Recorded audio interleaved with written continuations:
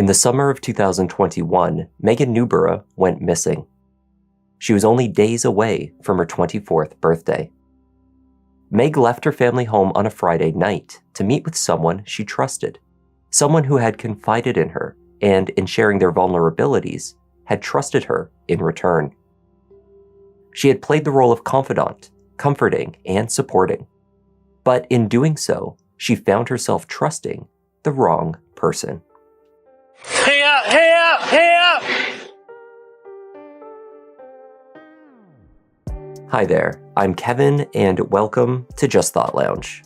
In today's case, we're going to England, where the disturbing details of Megan Newborough's case shook a community to its core.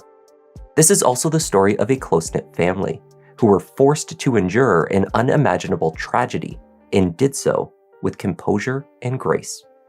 If, like me, your family is the most important thing in your life, you'll be pleased to hear about the sponsor of today's video.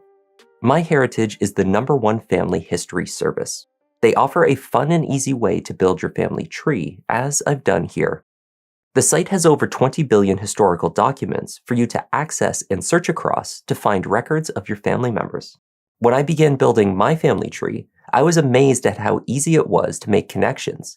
After adding my paternal grandmother, a MyHeritage instant discovery popped up, which revealed connections to 40 relatives from this branch of my family. In a moment, I had access to details about families stretching back to the early 19th century in England, including not only names and dates, but locations of where they lived and their professions, like my great-great-great-grandfather, William Gathercole, who was born in 1821 and worked as a sailmaker in Cambridgeshire. With my images, I utilized the MyHeritage tools to repair, enhance, add color, and even animate old photos. The knowledge of your past can be an invaluable gift, and discovering it is also a lot of fun. By going to the link in our video description or clicking on this QR code, JTL viewers can receive a 14-day free trial and an opportunity to start building your own family tree. The market town of Nuneaton, east of Birmingham, is the largest in Warwickshire, England. The area developed from its medieval roots into an industrial town centered around coal mining. Today, the community remains friendly and welcoming. On Friday, August 6, 2021, 23-year-old Megan Newborough left her family home in Nuneaton at around 7:30 p.m. She told her mother Elaine that she had plans to meet someone to go for a walk. She hadn't planned out the outfit that she would wear that night, nor had she put on any makeup.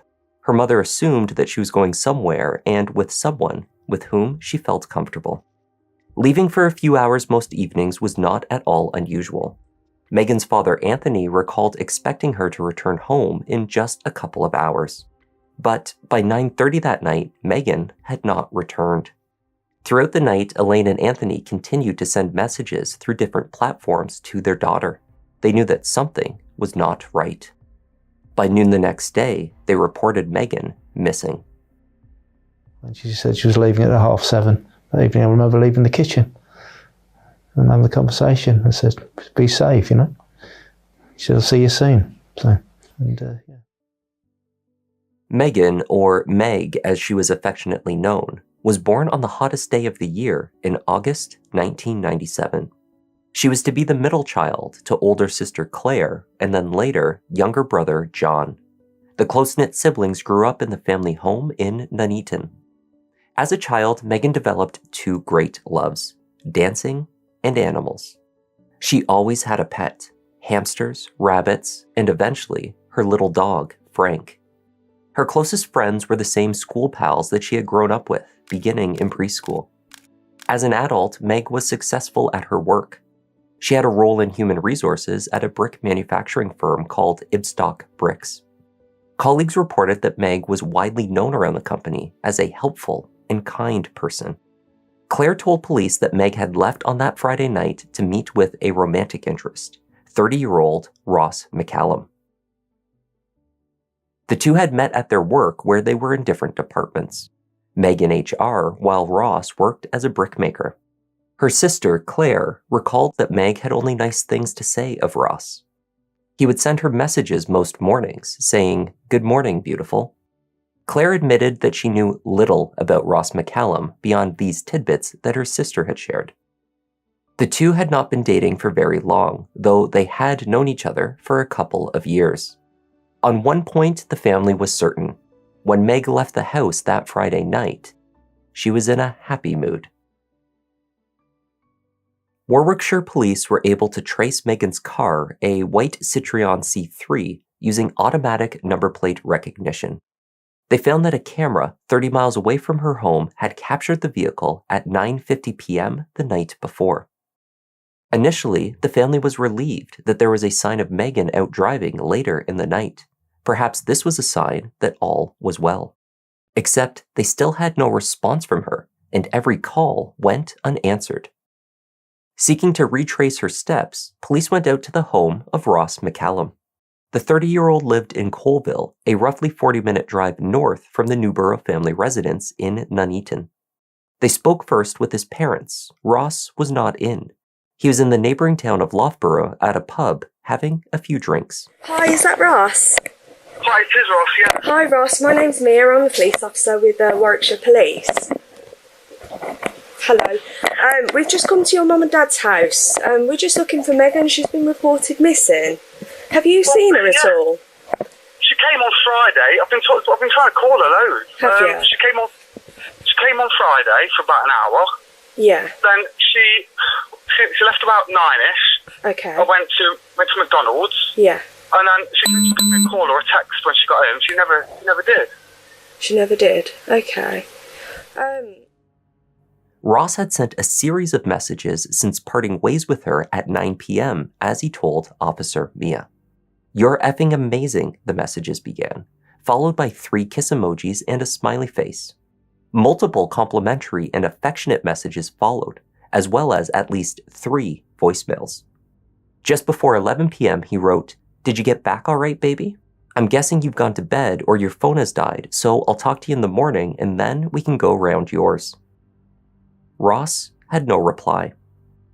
In the morning, he messaged again, "Morning, baby. I haven't heard back from you. I hope I haven't done something wrong." Still receiving no response, Ross messaged at 9:58 a.m. on Saturday. "Babe, I'm getting worried. You didn't message or call me last night or today. Please respond because I'm getting really worried about you." So you haven't seen her since yesterday about, was it 9:30 you said? 9 o'clock. 9 o'clock. Okay. And where are you at the moment? I'm in Loughborough right now. You're in Loughborough. Okay. What are you up to in Loughborough? Sorry? What are you up to in Loughborough? I'm just having a few drinks in Loughborough. Oh yeah. Okay. No worries. Okay. But, Are you in a relationship, you and Megan? we've been seeing each other. She's HR at work. I work with her. Yeah. We've been seeing each other for about a month, and supposed to go out of the house this weekend. Yeah. Mum and Dad are at the house. I'm supposed to be going around, but she never turned up today. I'm supposed to meet me at like 12 o'clock. Right.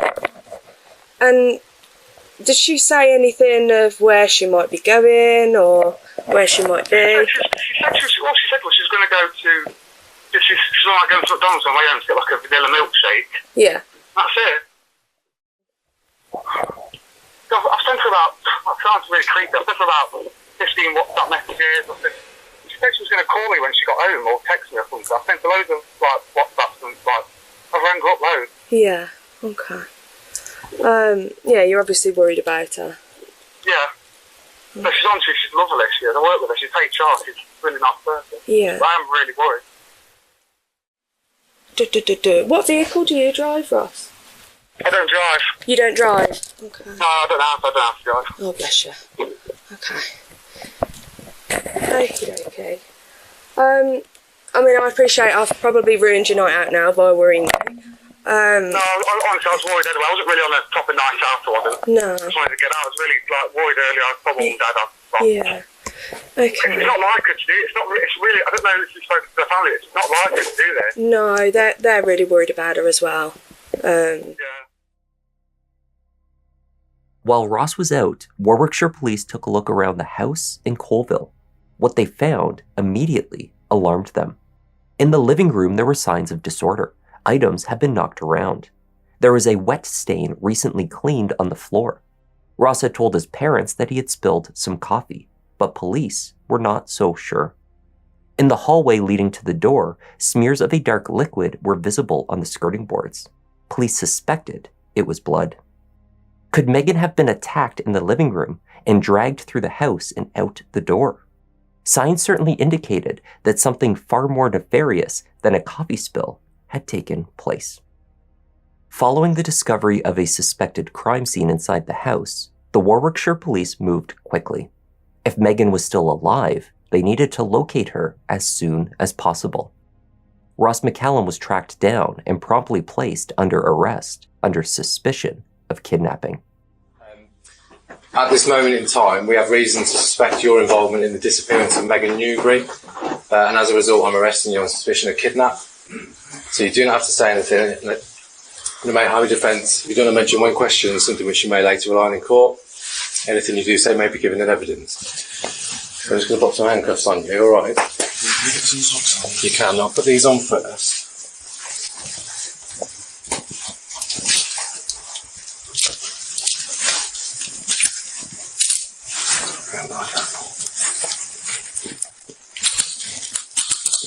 He's all downstairs. Yeah, that's fine, no worries. While Ross was placed in handcuffs, he was asked about Megan. His whispered reply came as a shock. What's in relation to Megan? Can you tell us where she is?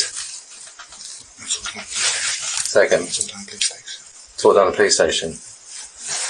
Can you tell us here, just quietly? She's Woodhouse Eaves. What is that? It's near Loughborough. Near Loughborough. What is it though? What kind of location is it? She's on Charlie Road. Charlie Road. Whereabouts?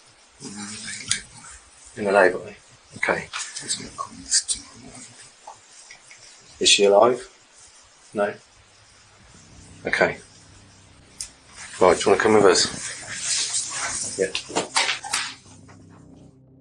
Police Constable Thomas Wright, a dog handler with Warwickshire Police, was tasked with searching Charlie Road in Colville, a country lane lined with an old stone wall, overgrown with greenery. It was well past midnight when he arrived, joined by officers from the Leicestershire Police, as well as a helicopter scanning the area by spotlight. About 100 yards from the police cruiser, they saw a small piece of grass that looked like it had been trampled on between the road and the 4-foot stone wall. Thomas looked over and saw thick vegetation on the other side. There was some bracken and brambles that had been disturbed. When he shined his flashlight into it, he spotted what looked like black trousers. Here! Hidden by all the leaves at the minute.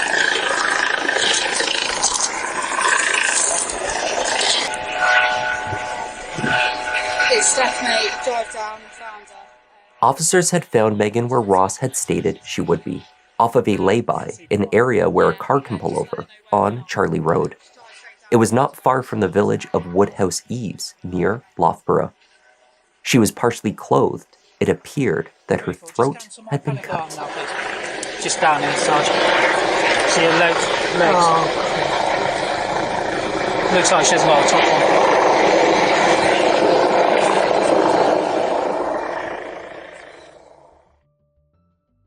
The post-mortem on Megan showed that she had sustained 14 wounds on her neck. Her cause of death, however, had been strangulation.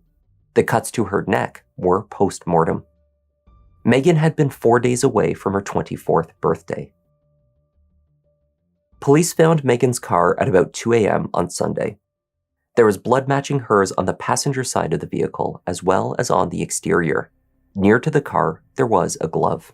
Testing found that both her and Ross's DNA were on it.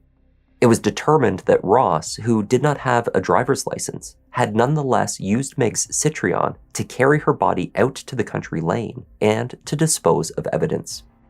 Megan's cell phone was also located in the thick undergrowth off of Hermitage Road near the village of Whitwick, which is about a mile from Ross's home in Colville. The location was on the way to where Meg was found. In the month before her death, Meg exchanged over 3,500 messages with Ross McCallum. In these messages, Ross had expressed many of his insecurities, including his struggles with impotence. He had attributed his condition to the medication prescribed to him for ADHD. Nonetheless, as the young couple bonded, the nature of their text exchanges took on a sexual tone. And as time went on, language used by Ross turned progressively more aggressive. The two had met with the intention to be intimate at least once in the weeks before Meg's death. They had taken a walk together. Messages exchanged following this date suggested that things hadn't gone as Ross had planned, and nothing physical had taken place. The next time they planned to meet was at the house in Colville. GPS data from Megan's phone also helped to piece together a timeline. Investigators knew that the device arrived at its location at 9:04 p.m. Ross had failed to turn off the phone before throwing it from the car into a hedge by a public footpath. From Charlie Road, Ross made another stop and another mistake in his effort to cover up the murder. He was caught on CCTV at 9:51 on the grounds of the Loughborough College Fitness Center, pulling over and disposing of items. Camera footage captured him methodically disposing of various items of his, along with some of Megan's clothing, into a pair of bins. He also changed his clothes, placing the ones he had been wearing into a bin, along with the towel and linen he had used to clean up the blood, and presumably to carry Megan into the car. From the bins, investigators also pulled out Megan's glasses. They were later described as angrily bent back, as though crushed in someone's fist. Ross dumped the car and ordered a taxi to get home, arriving at about 10:45. Perhaps the most chilling detail of the attempt to cover up the murder was discovered when investigators aligned Ross's cell phone activity over the same period of time. When they did so, they discovered twisted attempts to cover his tracks with adoring messages sent to Meg, even as he set out to leave her on the side of the road. Investigators believed that within 40 minutes of her arrival at the house, which would have been just past 8 p.m., he strangled her. Finding a knife in the kitchen, he cut her throat, evidently to ensure that she had passed away, though he did so numerous times and aggressively. He left his first message on Meg's phone shortly after leaving the house, with her in the car. Minutes after taking Megan's body and lifting it over the 4-foot ancient wall, into a massive bracken tangled with overgrown brambles, Ross messaged, "You are effing amazing," followed by, "Did you get home okay, baby?" Back home at just after 11 p.m., Google searches on his device revealed a query for how to tell a girl you love her. 9 minutes later, the following voicemail was left for Megan. 27 p.m. on Friday, the 6th of August. Hello, babe, it's Ross. I'm just worried about you. I haven't rang back. Yeah, I'm just worried, that's all. I had a fun time earlier. Yeah, anyway, I'll see you tomorrow. Love you. Oh, I didn't say that. Ross's Google searches after leaving the voicemail provided the first glimpse into his mindset in the hours after the murder. He began searching for serial killers. Multiple queries were performed relating to Levi Belfield, a notorious English killer, rapist, and burglar known as one of the most dangerous the country has ever seen. Following these searches, Ross appeared to have drifted off to sleep. His activity picked back up at 6:30 the next morning, when he again proceeded to look up information on killers, as well as pornography. Then he messaged Megan's phone. "Morning, baby." Ross McCallum, in the custody of police, admitted to committing manslaughter, having confessed promptly to taking Megan's life. He denied, however, that the act met the conditions for a more severe murder charge. The Crown disagreed and pushed him to trial. In October 2022, the case was heard at the Leicester Crown Court. Crown prosecutor John Kamei, KC, theorized that Ross attacked Megan in a blind rage after he found himself unable to perform physically. He had been humiliated. Kamei pointed to the previous encounter that the couple had shared out on a walk. Messages indicated that they planned to become intimate, but Ross had been unable. Megan had been supportive and understanding. Following this incident, Ross placed an order online for tadalafil pills meant to treat erectile dysfunction. Excitedly, he then invited Meg over to his house, where his parents would be away for the evening. When his attempts that night also failed, he erupted in a blind rage, Kamei argued. He strangled and then cut Megan. Ross McCallum had a different and more elaborate story. The defense began by calling witnesses who told the jury that Ross had confided in them about abuse that he had experienced as a child. The most shocking of these revelations was his assertion that one of his abusers had been the most notorious convict in the area's recent history. The man's name was Stephen Beedman. He had been sentenced to 35 years in prison beginning in 2015 for the horrific murder of Kaylee Haywood, a case that rocked the country. The search for Kaylee Haywood was today widened to include a field outside the Leicestershire village of Belton. Police have discovered her mobile phone and items of clothing thought to belong to her. The 15-year-old schoolgirl has now been missing for 5 days, and police fear she may have been murdered. Within a 2-week time span, Beedman's accomplice, Luke Harlow, made contact with 15-year-old Kaylee, exchanged over 2,500 Facebook messages, and convinced her to meet with him. His neighbor, Stephen Beedman, then killed her. That case was the topic of an award-winning documentary which explored the threat that online grooming posed to susceptible youths. Beedman died in prison from a heart attack years before Ross would take the stand and name himself as one of the killer's abuse victims. Ross claimed on the night Meg came over, he lost control and attacked her after she tried to touch him intimately. The encounter triggered an episode of post-traumatic stress disorder, which he struggled with due to Beedman. He testified that when triggered, he couldn't help but strangle her. Ostensibly expressing remorse, Ross explained that Megan had been one of his few confidants. He told the jury that Meg was the first person he felt comfortable enough to really talk to. She gave him hugs, he said, and never judged him. Of the moment he claimed to snap, he stated, "I did back off, and she held me closer and said, 'Come here.' She was facing me, and I went forward. I wasn't angry with her, though. That's the thing. She's never done anything to make me want to hurt her." After a 6-week trial, it took the jury less than 90 minutes to convict Ross McCallum of murder. Megan's devastated family wept tears of relief as Judge Philip Head, KC, passed the sentence. He was to serve life in prison with a minimum of 23 years before he can be considered for release on license. We're a very close family, of which Megan was the glue that held us together. Our lives have been torn apart through this loss. I know how difficult it's been for my parents and sister to sit at court every day, listening to the web of lies spun by someone Megan not only knew, but whom she trusted, someone who clearly had no love for her at all. We're the ones now serving the life sentence. No amount of time in prison can bring Megan back.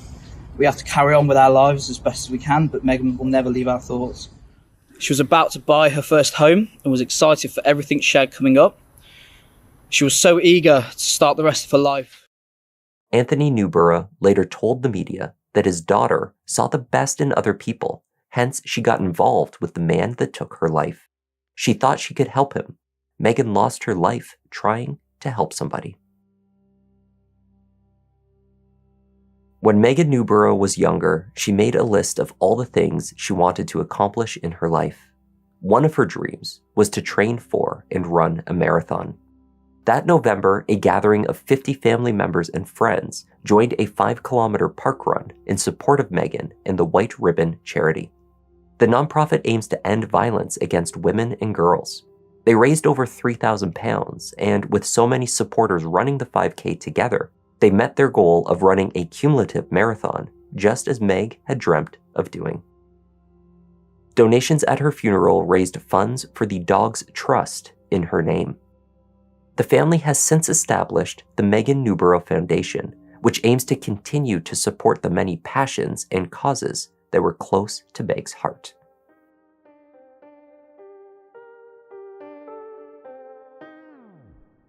That was the tragic case of Megan Newborough. Thank you once again for joining me, and a special thanks to MyHeritage for sponsoring this video. To begin discovering your family history, follow the link in the description of this video or this QR code, and you'll receive a 14-day free trial. I'm Kevin, this is Just Thought Lounge, and I'll see you in the next one. Gotta be selective, doing all the research, keeping it objective, always been effective, can say he got a knack, pick of the litter, you see how Newton got his back, yeah, the content that you need.